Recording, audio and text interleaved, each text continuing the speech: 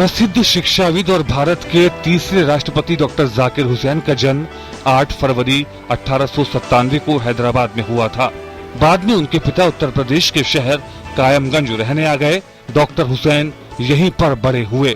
भारत में शैक्षिक ढांचे को खड़ा करने में उनका अहम योगदान रहा। आपकी शिक्षा इटावा और अलीगढ़ में हुई। 23 वर्ष की उम्र में वो दिल्ली के जामिया मिल्लिया इस्लामिया विश्वविद्यालय की स्थापना दल के सदस्य बने। 1923 में वो जर्मनी चले गए और वहां से अर्थशास्त्र में पीएचडी करने के बाद 1923 में वापस आकर एक बार फिर जामिया से जुड़ गए और 1948 तक जामिया विश्वविद्यालय के वाइस चांसलर रहे।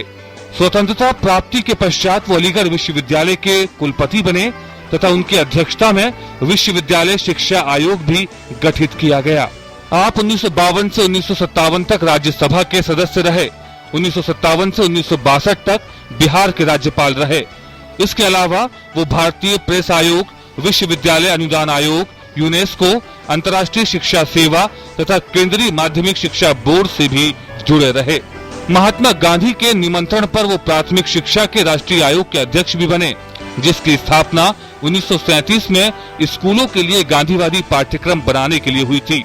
1954 में उन्हें पद्म विभूषण से सम्मानित किया गया और 1962 में वो भारत के उपराष्ट्रपति बने। डॉक्टर जाकिर हुसैन ने अर्थशास्त्र से संबंधित विषयों पर कई किताबें लिखी और अनेक पुस्तकों का अनुवाद किया, जिसमें यूनानी दार्शनिक प्लेटो की रिपब्लिक का उर्दू अनुवाद शामिल है। कुछ उच्च स्तरीय रचनाओं के द्वारा उन्होंने उर्दू साहित्य में भी महत्वपूर्ण योगदान दिया।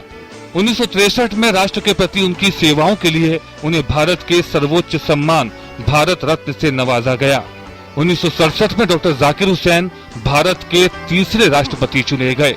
डॉक्टर जाकिर हुसैन एक सफल शिक्षा शास्त्री तथा कुशल अध्यापक थे। राष्ट्रपति कार्यकाल के दौरान ही 3 मई 1969 को डॉक्टर जाकिर हुसैन इस दुनिया से रुखसत हो गए। Nadeem Ansari, DD news, Delhi.